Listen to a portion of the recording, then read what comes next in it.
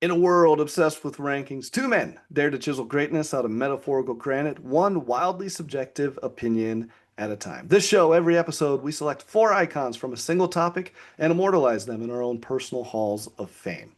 Subjective? Absolutely. Debatable? Always. Until next week, welcome to the Mount Rushmore Show, where your top four says everything about you. I'm Mike Mintz.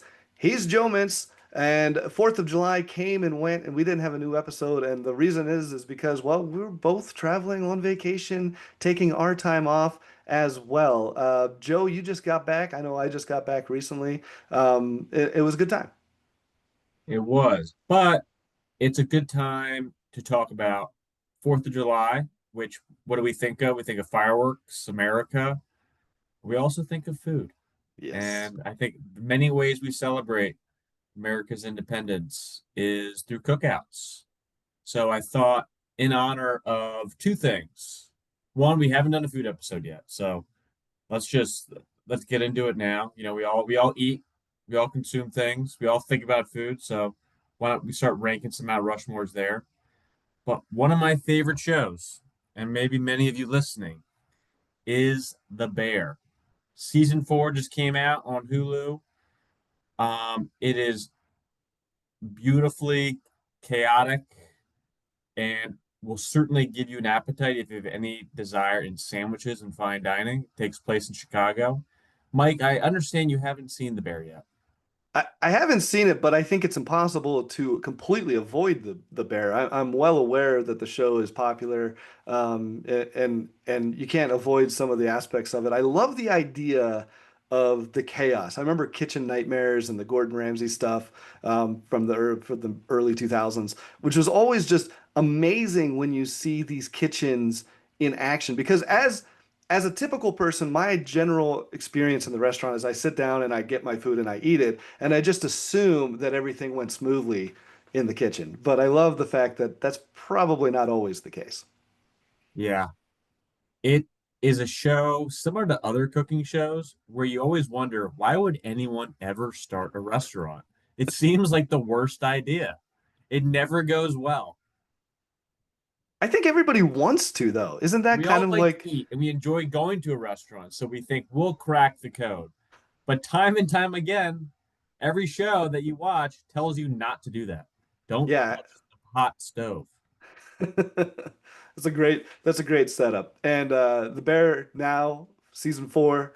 If you haven't tuned in, tune in. Joe, any of those dishes, have you ever tried anything like that? Have you tried to, do you ever watch like a show and then you're like, I gotta make that, and you try it at home or anything?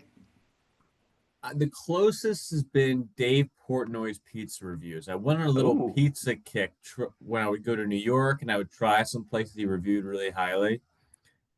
Same with David Chang had a show, Ugly Delicious, oh. and he gave some suggestions of where to eat in Nashville. So occasionally, but when it comes to the Bear, that's Chicago. And it's not for the deep dish pizza, but it's for the beef sandwich. So I have Oh yeah. not been Chicago, but that will be 100% the meal of choice when I'm there. Not pizza, but not fine dining, which is also a part of the show, but the iconic beef sandwich. It sounds good, man. This episode's gonna be rough because it's close to lunchtime around here in the Mountain Here Standard too. Time. Yeah, I was gonna say you're right in it. So We I don't know should if have you. made sandwiches for this. In fact, I thought about topics for food. I thought, should we do best sandwiches? But that could lead into a whole debate of is a hot dog, hamburger, sandwich too intense for the first food episode. But Yeah, I and I thought mean, it's the 4th of July season. So we can group them together. I know it's not 4th of July, it was technically last weekend. And whether you were lighting sparklers during that time, for me, dodging mosquitoes, I got pretty bit up, or just trying to not overcook the burgers. The one constant in 4th of July is the cookout. It is mhm. iconic, as I shall say. It Uh, is, and I definitely got in on some of the cookouts. I just went to a cookout yesterday, and so this is not specific to just 4th of July. This continues probably well into August too, Joe. yeah, cookouts go all the way back to the colonial era, if you want a little bit of Wow. history, when communal cooking over fire was really just a necessity. But what really gave us the modern cookout was post World War II suburban boom. That's when people had backyards, charcoal grills, and family togetherness started to collide to make outdoor grilling more ritual. So over time, it became more than burgers and dogs. It became more of a cultural gathering, a blend of family traditional meals, regional pride, and let's be real, kind of who could bring the best side dish. So there's no judgment on your cookout plate. Everyone's cookout is a little bit different depending on where you grew up, what you grew up around. So I'm very curious, Mike, what in Montana people are making at the cookout versus out here in Maryland. Because I know for a fact there's some things we have access to that you don't, but I'm curious if it's the other way around out west.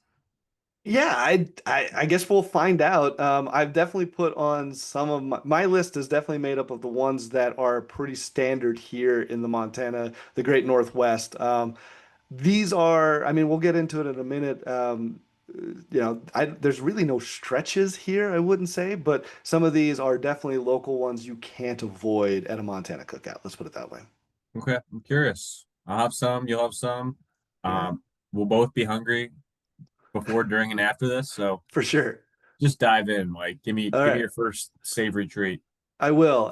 So my number one, and this I believe it should be a consensus all around, possibly all American number one, is the cheeseburger. I mean, you have to have cheeseburgers. I remember reading this book about Jackie Chan coming to America, the famous actor Jackie Chan, and he didn't know how to speak much English. And I remember he wanted to go eat some food, and the guy that was like his translator is like, "Okay, I'm going to teach you how to say this in English, how to order." And he's like, "You will order a cheeseburger, French fries, and a Coke." And I'm like, that's still pretty valid advice, I think, to anybody coming to America. Is you got to get some cheeseburger, French fries, and a Coke. I mean, there's probably some Pepsi drinkers out there. It's okay if you are. I mean, you're wrong, but it's okay. The classic You can tell the cheeseburger, difference. the classic cheeseburger is the go-to. It's the best cookout option, and probably if you go anywhere, I would imagine even in Maryland, there's going to be cheeseburgers at the cookout.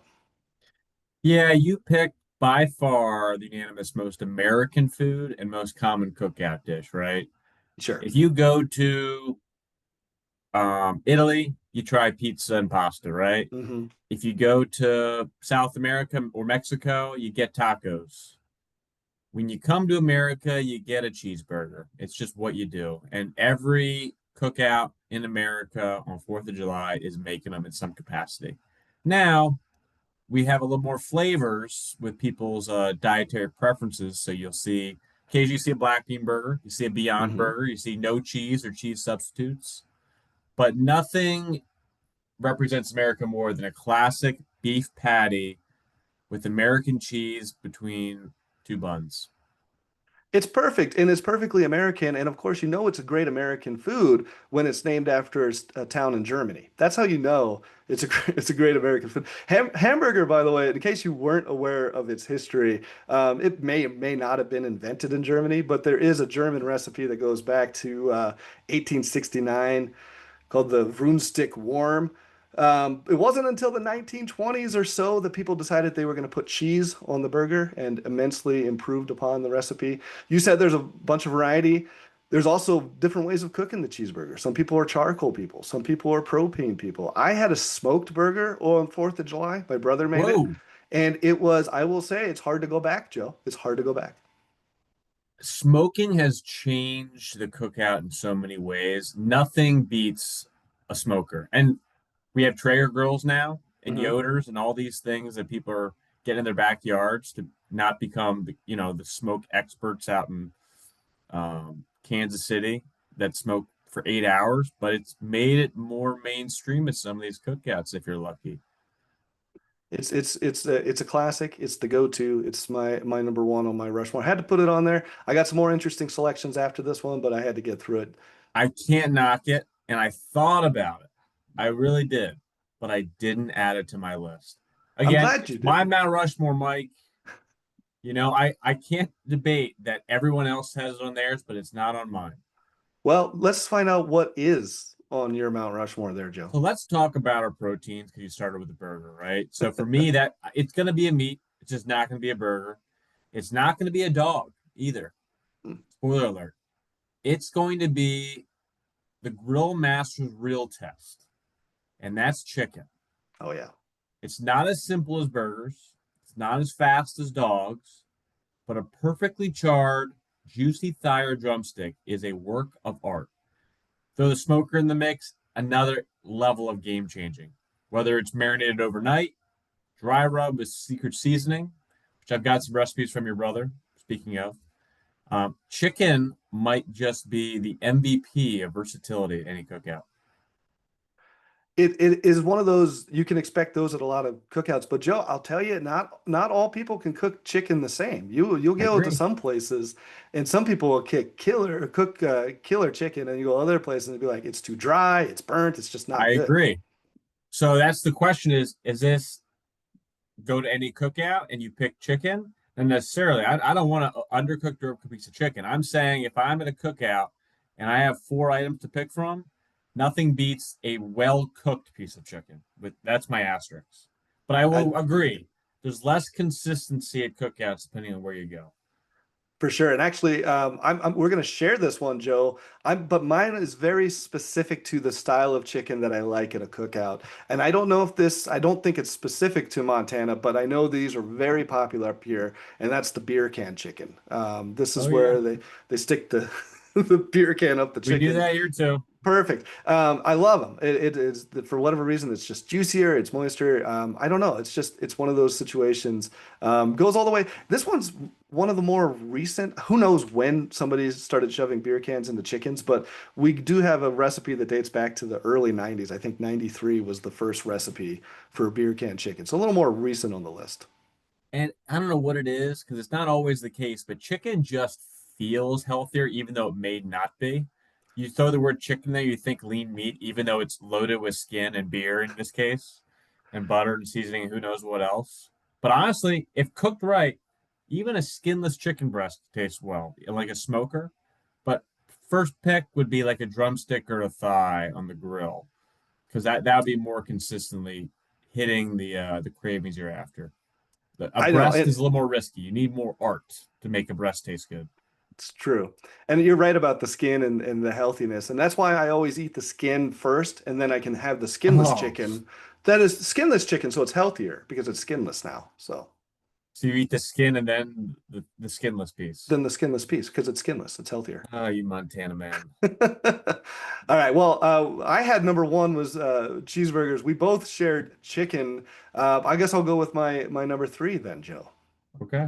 All right, so this is a Montana staple. If you're coming to Montana and you're going to a cookout, especially in the evening, maybe not at the lunchtime cookouts, but these evening cookouts, you can expect to get some steaks. And when it comes to steaks, the premier one that you are probably going to see the most of is the ribeye. You're going to get the ribeye steak, and it to me, it's the best evening cookout food.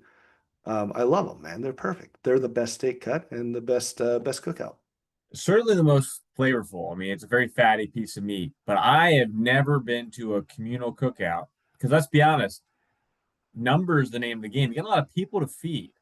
So the ribeye steaks come out. That's usually you make one for yourself, maybe your wife, or one for your kid. But to feed the whole neighborhood or the whole gathering with ribeye steaks, I've never seen it. I Oh, mean, burgers and dogs are taste great, but part of the attraction is how cheap they are. You know, you're breaking the bank at this royal cookout of ribeye steaks. I mean, geez, Mike. look, these are not unusual events here. I've been to, and we have like in Montana, especially, we have uh, businesses, barbecue businesses that they specialize in ribeye steaks, and they'll cook 100, 150 of them in a Wow. single night. And you'll go to these dinner things.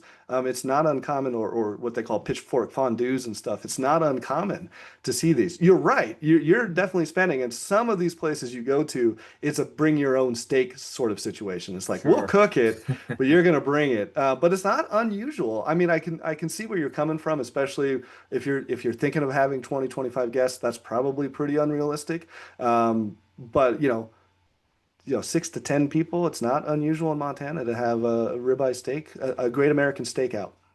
Yeah, you don't normally see people bring a ribeye for them. Hey, can you cook this up? And like, why is Joe Schmo over there eating ribeye while we're eating burnt hot dogs? Sure. He brought his own. He cooked it up for him. Well, this is not for the kids either. The kids get the hot dogs, right? But the Yes, adults, yeah, correct. you'll get the steaks, yeah, for sure. So, Very carnivore for your first three, Mike. well, we're gonna mix it up on the next one. So, So I'm going to go with my number two with a side dish. And I think it's the most underrated king of sides. Sweet, smoky, oftentimes, if you'd like, spiked with bits of bacon. And I'm talking about the baked beans.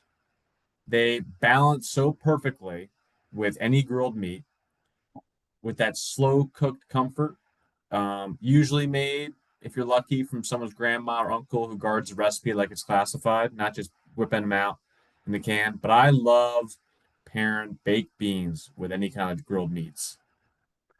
the baked beans is, like you said, it's kind of underrated. A lot of people probably wouldn't put it on their list, but I tell you what, everybody's gonna eat them at the cookout. I mean, Yeah, I mean, it's no ribeye steak. I You know how much baked beans I could get for your one ribeye steak as far as dollar value? don't, it's probably close to like $20 a pound. I don't even know Yeah, what it yeah. is. It's like, but yeah, you're right. And I love the fact like chicken, there's a lot of variety with your beans, not as much, but I mean, yeah, you talked about throwing in the bacon or slow cooking with the molasses.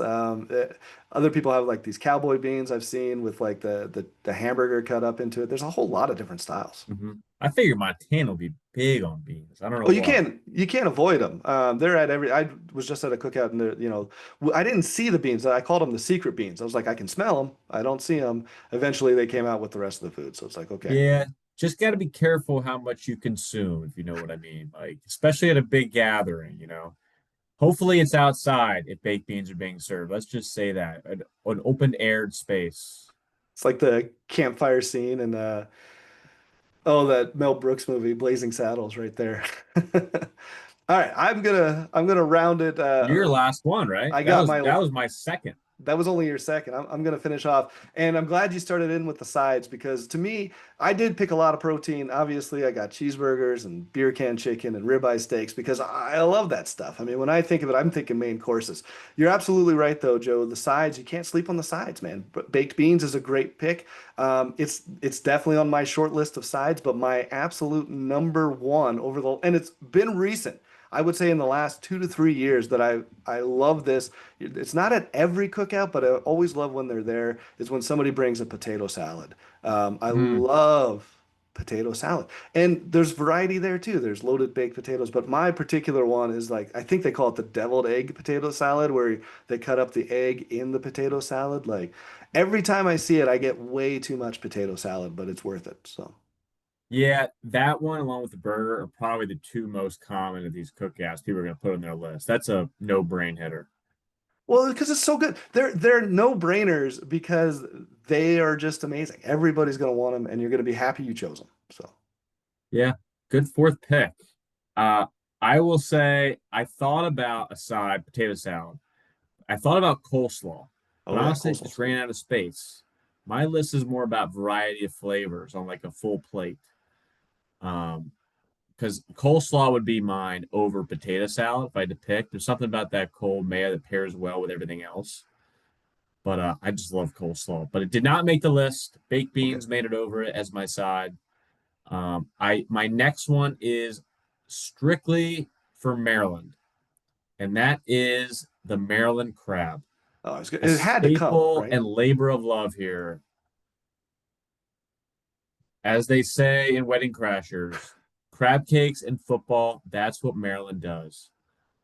They're not just food, Mike, they're an experience. You don't get full from crabs. You don't. What happens is you pick them, you drink a beer, listen to some music, you laugh, you enjoy the company of others before you prepare for the main dishes. But it's such an experience, Mike, with spreading out the newspaper, cracking those shells, maybe dipping a little bit of butter or vinegar, and you just lose track of time. Hours can go by. And we've all seen that person that's doing the Lord's work of picking all the crabs when everyone's done eating crabs to put it in a big pile. It's the most social and interactive cookout food out there. Now, Mike, have you had Maryland crabs? Every time I come to Maryland, I have Maryland crabs, blue crabs, and the crab cakes, all of that stuff. And what's funny, Joe, what I love about this is my crabs to me are synonymous with Maryland. The two are inextricably linked. I can't, even when I have crabs, like crab, we don't really do crab cakes in Montana. That's you're not going to find them. I don't know of a single place that sells them, but we get crab legs. Obviously, those are very common up here. There's no ocean, but we get them sent in. But even when I have crab legs, I automatically in my mind I'm back on the dock on the Chesapeake in Maryland. Back there in my mind. So. Are you Old Bay or no Old Bay? I'm 100% Old Bay. And what's funny is down in Maryland, a lot of the times you'd go out to eat and they'd have like breakfast potatoes and they'd put Old Bay on your breakfast potatoes even. It's like the one of the most we actually have Old Bay in our house now. It's in our spice cupboard because of my time in Maryland. I love it. So Old Bay can go in everything. I know it guys does. that would carry fanny packs with Old Bay in it just when they walked around in the summertime because you never knew when you had to douse with the nature's nectar on any sort of part of your plate. It doesn't matter. I've seen the most odd combinations of Old Bay. It's in our blood here, Mike. I can't explain it. It really is. And I love it. I love every time I go down there, it's an experience that I have to partake in. And whenever I come back for like the first month afterwards, I'm putting Old Bay in my eggs. I'm doing everything with Old Bay after that. It's a tough one to break out of. Crabs are gonna be my 8 pack. So that's your starter, right? Because I'm giving you my full experience if I have one day. Gotcha. And I'm just starting out with crabs. Then you get in your plate of baked beans and you're getting some chicken. But my last pick, and I believe no cookout is complete without it, it's the palate cleanser after all that salt. The cool down snack. The thing you eat by the slice with juice running down your chin, and that is the watermelon. Gotta have watermelon, right? Yes. And Mike, I'm sure watermelons find themselves in Montana.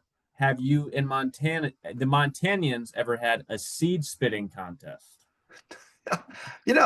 That's an interesting question. And most of the watermelon we get around here, and I'm sure you can find the ones with seeds in it, but a lot of it's the seedless.